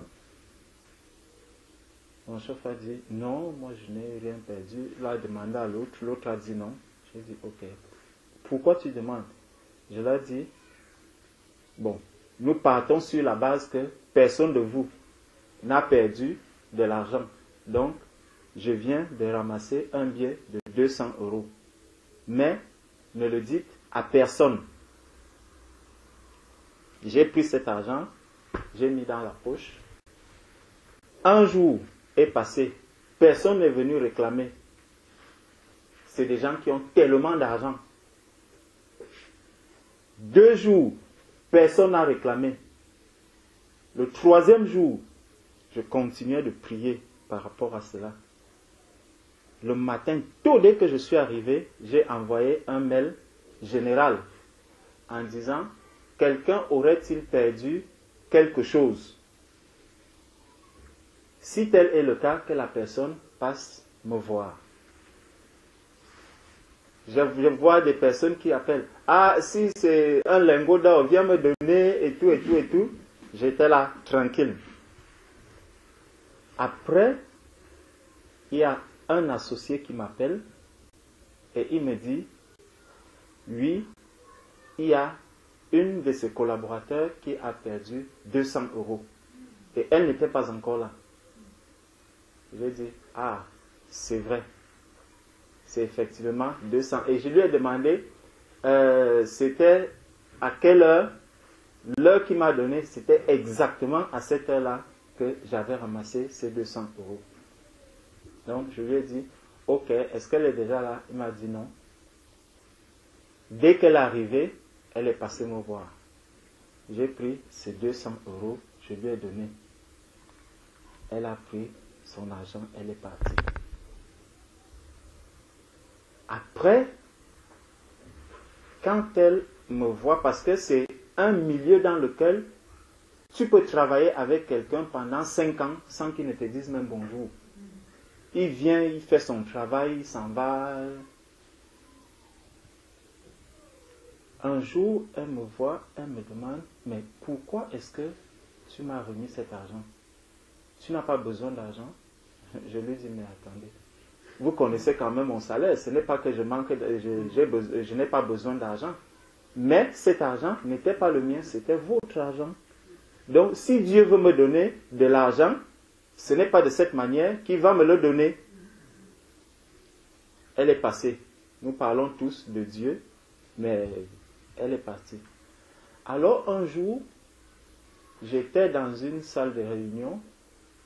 Et dans mes oreilles, j'avais des écouteurs. J'étais vraiment en train de méditer. J'étais en train de méditer, mais j'écoutais la Bible. Et c'est elle qui vient entrer. Elle me dit, Georges, qu'est-ce que tu es en train de faire? Tu suis de la musique? Je lui dis, je suis de la très bonne musique. Tu veux écouter? Elle me dit, oui. J'ai pris la Bible, je lui ai mis en oreille. Elle a commencé à écouter. Elle écoute, elle écoute, elle écoute. Après, elle prend, elle me donne. Elle me dit, tu crois en Dieu? Je lui dis oui. Elle dit, ah, je comprends. Elle dit, vous comprenez quoi? Elle dit, je comprends beaucoup de choses. Elle me dit, en tout cas, moi, je n'arrive pas à croire à Dieu. Je lui ai dit, si tu veux, tu peux croire en Dieu. Mais si tu n'arrives pas, c'est parce que tu ne veux pas croire en Dieu. Et c'est des milieux dans lesquels vraiment parler de Dieu à quelqu'un, de Jésus-Christ, c'est impensable. Parce que quelqu'un n'a même pas ce temps. Ils n'ont pas ce temps-là. Et quand on te voit même peut-être avec la Bible en main, on te trouve ridicule. Donc moi, souvent quand je rentre, j'arrive, j'ai ma Bible en main, je passe, les gens me regardent, ils disent vraiment celui-ci. Mais depuis ce jour, celle-là, elle a un regard différent vis-à-vis de moi. Différent. De sorte que s'il y a même quelque chose, peut-être dans sa... qui lui est particulier, elle peut venir vers moi, me demander, me parler, et ça ne sera plus avec peut-être beaucoup d'arrogance ou ceci. Non. Donc, c'était déjà pour nous dire que quand Dieu nous envoie quelque part, vraiment, il veut travailler dans les vies des personnes qui sont à ce niveau-là. Donc, revenons dans Luc 23 maintenant. Au verset 47, on a vu que le centenier a maintenant dit que certainement cet homme était juste. 48. Et tous ceux qui assistaient en foule à ce spectacle, après avoir vu ce qui était arrivé, s'en retournèrent se frappant la poitrine. Tout cela, tous ceux de la connaissance de Jésus et les femmes qui l'avaient accompagné depuis la Galilée se tenaient dans l'éloignement et regardaient ce qui se passait. Verset 50. Il y avait un conseiller nommé Joseph, homme bon et juste. Donc, on a dit que Jésus était juste. Ça, c'est le centenier qui l'a rappelé, qui est encore venu confirmer que cet homme était juste. On nous dit, verset 50, il y avait un conseiller nommé Joseph, homme bon et juste, qui n'avait point participé à la décision et aux actes des autres. Pourtant, il était avec les autres, mais on nous dit qu'il évitait, comme le frère disait aujourd'hui, que si je suis un enfant de Dieu, je dois vivre ma vie comme les humains qui sont encore sur la terre, mais dès que je vois le péché, je fais quoi? J'enlève mon pied. Donc, je continue de marcher, je ne vais pas refuser mon frère, je ne vais pas refuser ma soeur, mais dès que la question du péché se pose, je m'écarte. Donc, je dois donc veiller à ce qu'à chaque instant, je dois être attentif en écoutant, en regardant et constamment, je fais quoi? Je marche. Quand je vois le péché, j'écarte le pied. Je marche, je vois le péché, j'écarte le pied. On nous dit donc que ce Joseph était comme ça. Il était avec les autres. Et on nous dit, il était d'Arimathée, ville des Juifs, et il attendait le royaume de Dieu, comme nous aussi. Nous attendons la venue du Seigneur. Cet homme se rendit vers Pilate et demanda le corps de Jésus. La question c'est, est-ce que Jésus lui a demandé d'aller demander son corps? Non. Il a vu le corps de son Seigneur qui est là. Il a dit, il y a quelque chose à faire. Cet homme-ci ne peut pas rester. Si le centenier a attesté que celui-ci était certainement juste.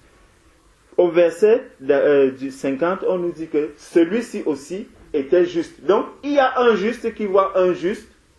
Il dit non, cet homme-ci, je ne peux pas le laisser là. Lui-même se dirige vers Pilate pour demander le corps de Jésus. Il y avait donc quelque chose à faire qui devait être fait par un juste, qui devait être fait par celui qui attendait le royaume de Dieu. Et par la suite, il descendit de la croix, l'enveloppa d'un linceul et le déposa dans un sépulcre taillé dans le roc. Nous voyons qu'il commence maintenant un travail que peut-être tous ceux qui étaient là aussi regardaient, ils regardaient, ils voyaient Jésus. Pour eux, c'était quelque chose, bon, il fallait peut-être qu'on vienne descendre les morts comme tous les autres personnes et tout, et tout, et tout.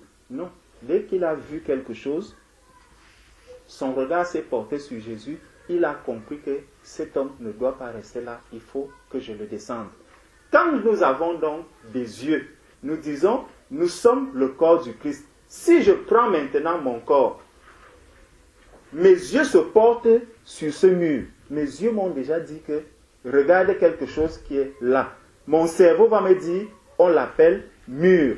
Donc, pour moi, mon corps tout entier ne va plus prendre mes deux pieds pour les diriger vers ce mur. Ils vont dire, regarde là, il y a une ouverture. Donc, tout est coordonné en fait.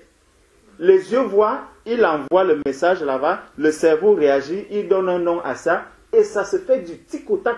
Donc, si les scientifiques arrivent à dire qu'il y a une information qui est transmise, parce qu'on parle souvent de l'arc, on parle souvent de quoi? De l'arc réflexe. Voilà, l'arc réflexe. Donc, les yeux ont vu, ils ont transmis un message peut-être au cerveau, le cerveau a transmis et tout, et les pieds maintenant vont exécuter. Ça se fait d'une manière très rapide, mais chacun joue effectivement son rôle. Amen. Chacun joue effectivement son rôle. Donc, si mes yeux ont vu quelque chose, ils n'entraîneront pas mes pieds dans la déroute. Non, ils vont conduire tous ensemble, parce que les yeux aussi savent que si les pieds entrent là, le visage va frapper. S'il y a des épines, ces épines vont aussi entrer dans les yeux vont aussi subir. Et c'est exactement comme ça que le corps du Christ doit être coordonné. Donc nous sommes imbriqués les uns les autres, de sorte que dès que je réagis, l'autre va subir, l'autre aussi va subir, l'autre aussi subit. Quand on regarde un peu toutes ces défaillances qu'il y a aujourd'hui dans le corps du Christ, c'est pourquoi? C'est simplement parce que quand j'ai pris la place qui était la mienne, au lieu de faire ce pourquoi le Seigneur attend de moi, deux choses. Soit je vais m'arrêter et ne rien faire, soit alors, comme le frère disait, je vais commencer à dire, regardez là, c'est ouvert. Regardez là, c'est ouvert. Mes yeux ont vu qu'il y a une porte ici, mais est-ce que mes pieds se sont déplacés? Non. Il faut que le cerveau maintenant dise aux pieds que maintenant, c'est le moment de te lever et de sortir. Et là, mes pieds vont se lever et sortir. Donc, si mes yeux ne sont là que pour voir, je vais être soit un handicapé. Donc, je suis assis sur place. On va dire, ah, non, lui là, il ne marche pas. En fait, apportez-lui une canne ou un siège qui va l'aider. Donc, je m'assois. Je ne serai plus en train d'utiliser les membres que j'ai sur moi. Et c'est comme ça que l'Église aussi est en train de fonctionner aujourd'hui. Parfois, pour que l'Église avance, il faut apporter une chaise roulante. Il faut apporter un siège. Aujourd'hui, on a fabriqué des sièges automatiques là. Donc, parfois, il faut s'asseoir dessus pour qu'on avance les choses dans l'Église. Pourquoi? Parce que les deux pieds sont devenus handicapés. On n'a que des yeux pour voir, mais pour donner l'ordre aux pieds que déplace-toi maintenant, le cerveau même, il ne fonctionne plus. C'est comme ça un peu qu'on commence à avancer dans l'Église du Seigneur. Est-ce qu'un homme comme celui-là peut donc te dire que je suis dans la joie, j'ai la paix? Non. Parce que chaque fois qu'il va voir un homme se déplacer de ses deux pieds, quand il le regarde, il saura que non, Dieu a fabriqué l'être humain pour se déplacer avec les deux pieds. Donc l'état dans lequel je suis, ce n'est pas un état normal. L'état dans lequel l'Église est aujourd'hui, ce n'est pas l'état normal. Il y a quelque chose qui doit être fait. Le Seigneur Jésus a dit, je bâtirai mon Église. Souvent on se demande, mais comment on voit, pourquoi l'enlèvement n'arrive même pas? Pourquoi ceci n'arrive même pas? Pourquoi telle chose ne se passe pas? Si vraiment le Seigneur arrive pour enlever son Église, et qu'on regarde tous ces handicapés qu'il y a dans le corps du Christ. Le Seigneur veut que les yeux s'ouvrent, que l'on puisse se repentir davantage. Il dit que celui qui se sanctifie ne se sanctifie plus. Hein? Que celui qui se sanctifie davantage. Donc continuons, sanctifions-nous davantage. Sanctifions-nous davantage. Que celui qui a reçu un fardeau, qu'il puisse demander au Seigneur, Seigneur, donne-moi de porter mon fardeau jusqu'à ce que j'arrive au bout. Parce que celui qui est déjà rentré dans l'appel, mon frère, tu es déjà rentré dans ton appel, ne t'arrête pas pour dire que je vais regarder aussi ceux qui sont handicapés là-bas. Non. Ne regarde pas ceux qui sont en train. Toi, fais le travail qui est le tien. Continue, persévère dans ce travail. Parce que si tu t'arrêtes pour dire, je vais regarder, allons dans Acte 23, dans Acte 1. Dans Acte 1, on va regarder à partir du verset 4. On nous dit, comme il se trouvait avec eux, il leur recommanda de ne pas s'éloigner de Jérusalem, mais d'attendre ce que le Père avait promis. Ce que je vous ai annoncé, leur dit-il, car Jean a baptisé d'eau, mais vous, dans peu de jours, vous serez baptisés du Saint-Esprit. Bon, nous savons bien que c'est le Seigneur Jésus qui est en train de parler là à ses disciples. Alors les apôtres réunis lui demandèrent, Seigneur, est-ce en ce temps-là que tu rétabliras le royaume d'Israël? Vous voyez? Donc, toujours on voit les disciples qui sont en train de poser des questions qui n'ont ni tête ni queue. Le Seigneur, lui, il veut leur montrer, il est en train de leur parler du Saint-Esprit, de la venue du Saint-Esprit et de tout et de tout. Pour eux, il y a des choses qui sont complètement hors sujet, qui, eux, ils les intéressent. Ça, c'est des choses qui, eux, les intéressent. Il dit, est-ce en ce temps-là que tu rétabliras le royaume d'Israël? Il leur répondit, ce n'est pas à vous de connaître les temps ou les moments que le Père a fixés de sa propre autorité, mais vous recevrez une puissance dont le Seigneur cherche toujours à ramener les enfants, ceux qui sont à lui. Parce que nous aussi qui sommes aujourd'hui peut-être en train d'avancer, où chacun se dit, bon, je suis en train de faire vraiment ce que le Seigneur attend de moi. Sachons que notre devoir est aussi de prier beaucoup pour tous les autres qui sont encore là, de prier pour eux, de les exhorter. Vraiment, ne baissons pas les bras, mais continuons à manifester vraiment l'amour vis-à-vis de ces personnes. Comme Jésus a entendu que les disciples qui étaient avec lui, il y avait une sorte de distraction. Il y avait quelque chose qui venait, qui les intéressait. Plus ils s'intéressent, plus au royaume des cieux, avant même de savoir que pour être enlevé, tu dois avoir l'Esprit de Dieu qui nous a été donné pour le jour de la rédemption. Avant donc, si tu n'as même pas ce Saint-Esprit, il te sera difficile d'entendre la voix du Saint-Esprit. Mais on saute les étapes, on dit non. Pour moi, Seigneur, dis-moi d'abord là-haut, quand est-ce que ça va se passer? Comme s'ils étaient en train de dire, bon, donc même si ça doit se passer en 2040, jusqu'en 2039, j'ai le temps de vivre ma vie, de faire ce que je peux faire. Mais tu oublies une chose, même si le Seigneur Jésus leur disait, je ne pense pas que de tous ceux qui étaient là, il y a un qui soit encore en vie aujourd'hui. Voilà. Donc même si le Seigneur leur disait, cette information ne leur aussi aurait pas été profitable. Parce que s'ils avaient attendu peut-être les 2040 pour que le Seigneur vienne les chercher, et ils ne seraient plus là, donc ils seraient morts dans l'iniquité.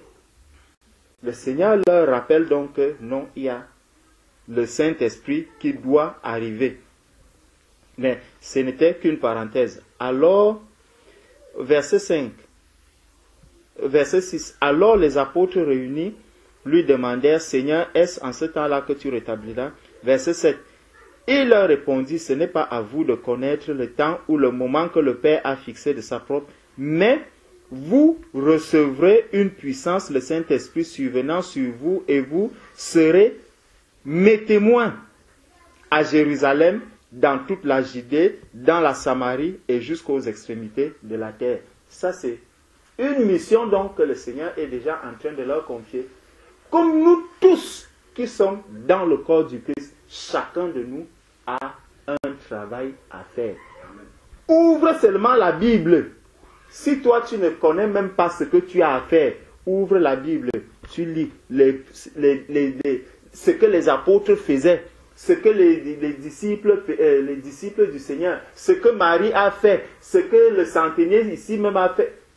Il y a tellement de choses. Et le Seigneur ne sera pas attristé de voir que vraiment tu agis. Quand je regarde un peu l'histoire de Tabitha, on dit que dès que l'apôtre est arrivé, qu'est-ce qu'on a dit à l'apôtre? Cette femme faisait quoi? On lui a d'abord montré les vêtements. Que regarde ces vêtements. Si cette femme-ci s'en va, on va faire comment? Fais quelque chose. Il y a toujours un travail à faire. Ne néglige pas le travail que tu fais dans le corps du Christ. Ne néglige pas.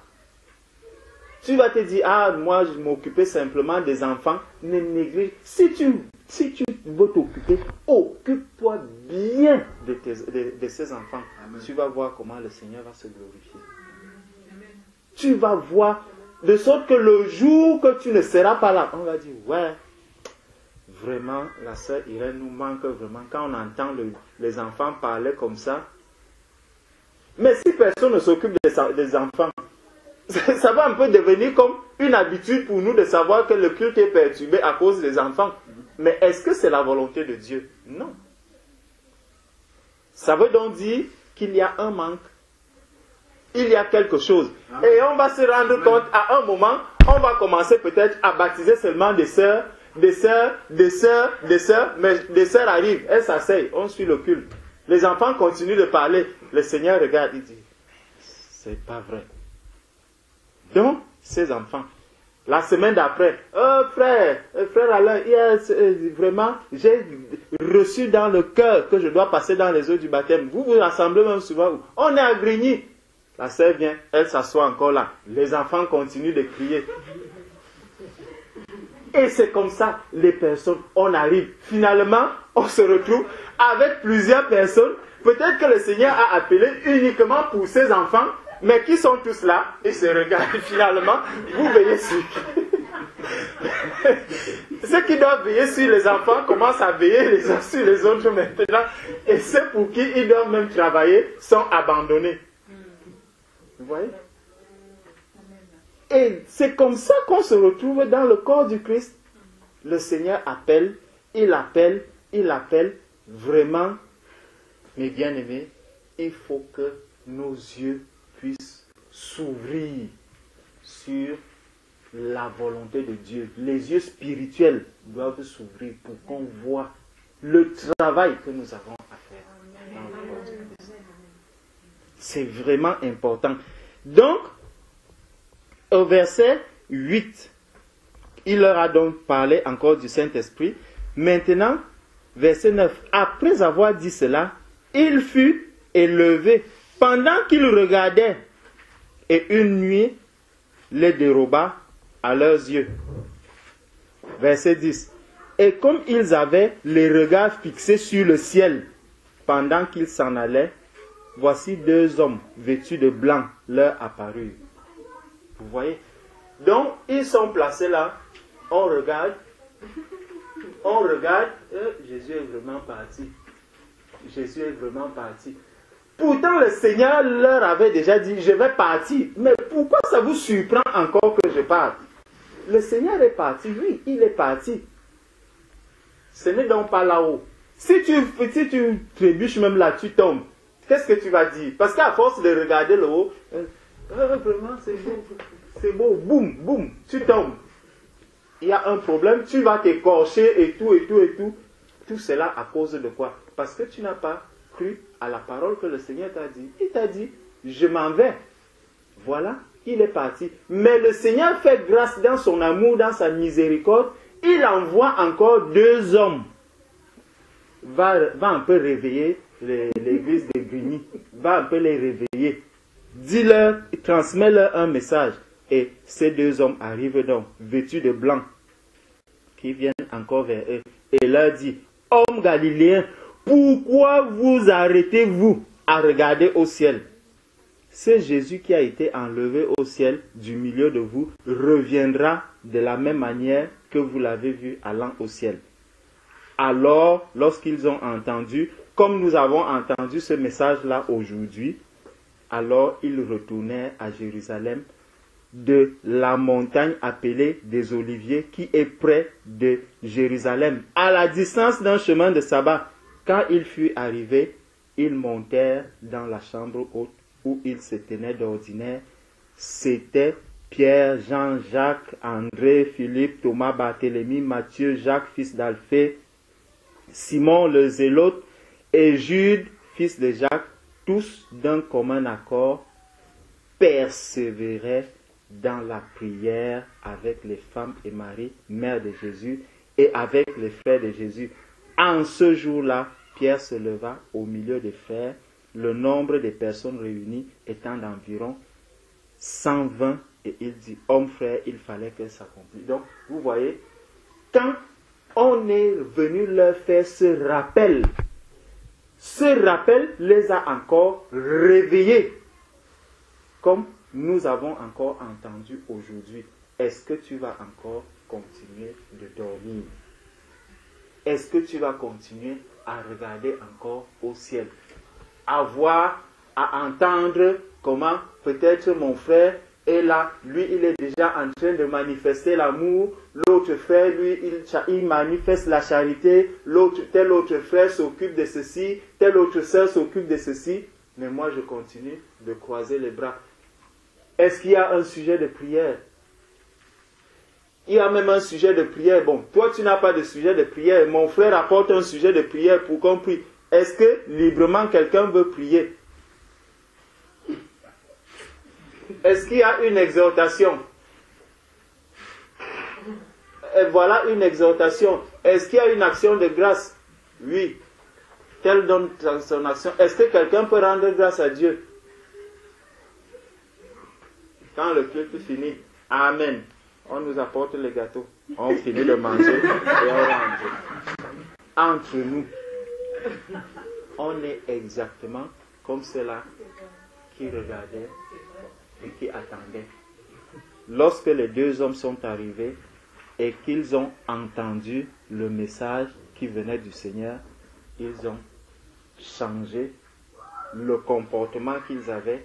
Ils se sont réveillés, leurs yeux se sont ouverts et ils ont commencé à faire ce que le Seigneur leur demandait de faire. Donc, c'est ça que je voulais ajouter par rapport à ce que le frère a dit. Amen. Amen. Amen.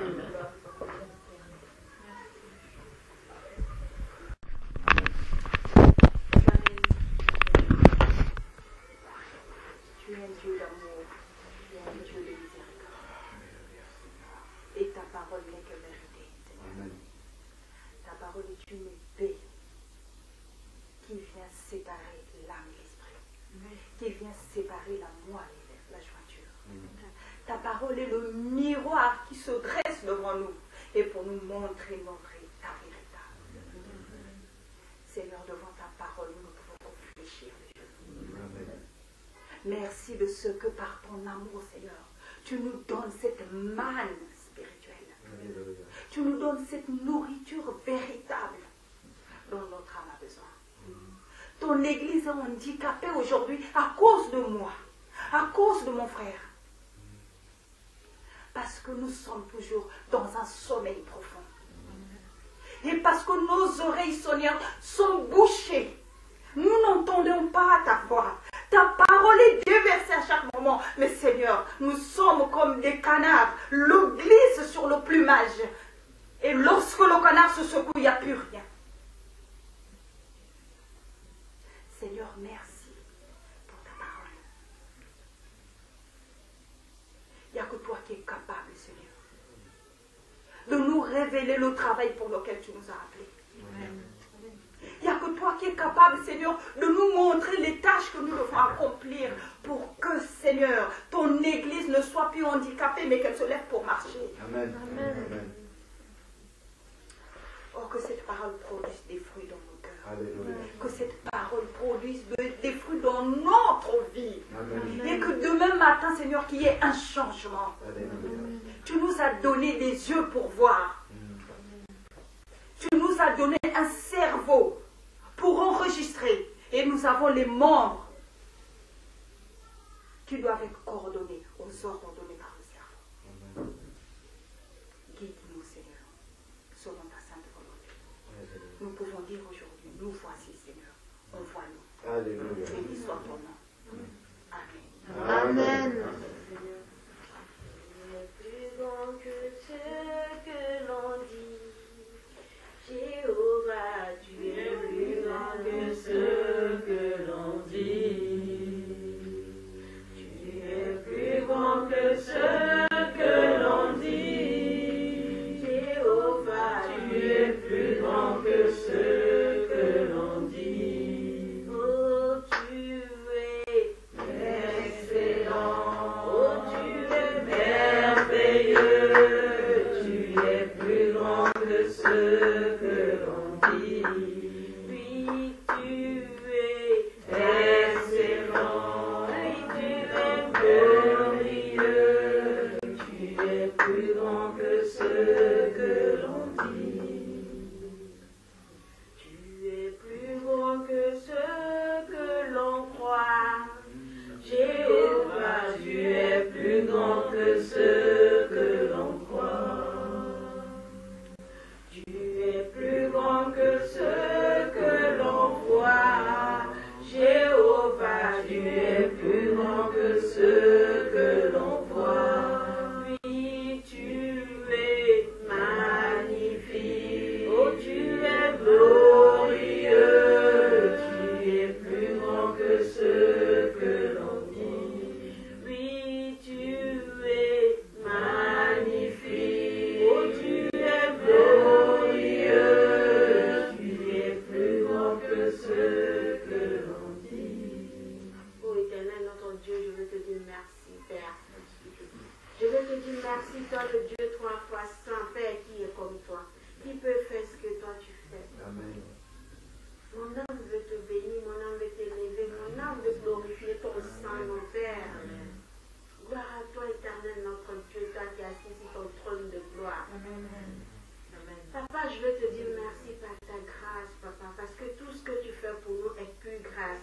Nous ne méritons rien, Éternel, notre Dieu. Mais tu es un Dieu d'amour, un Dieu fidèle, un Dieu véritable, Papa, qui peut faire ce que toi tu fais. Ma vie n'est pas suffisante pour dire à quel point tu es bon, à quel point tu es merveilleux, à quel point tu es grand. Je veux te dire merci. Merci de m'avoir permis d'être là. Merci de m'avoir choisi, Papa. Merci d'avoir choisi chacun d'entre nous et donne-nous la force éternelle, notre Dieu, afin de pouvoir accomplir la mission pour laquelle tu nous as choisis. Amen. Glorifie ton nom dans notre vie éternelle, éternelle. Que tu fasses ta volonté dans la vie de chacun d'entre nous, Père. Mon âme te bénit, mon âme te lève, mon âme exalte ton sang. Gloire à toi, éternel, notre Dieu. Dans le nom puissant de Jésus-Christ et Nazareth, notre Sauveur. Amen. Amen. Amen. Vraiment, je remercie le Seigneur parce que il nous enseigne vraiment chaque jour. Et pour ma part, en fait, cette semaine,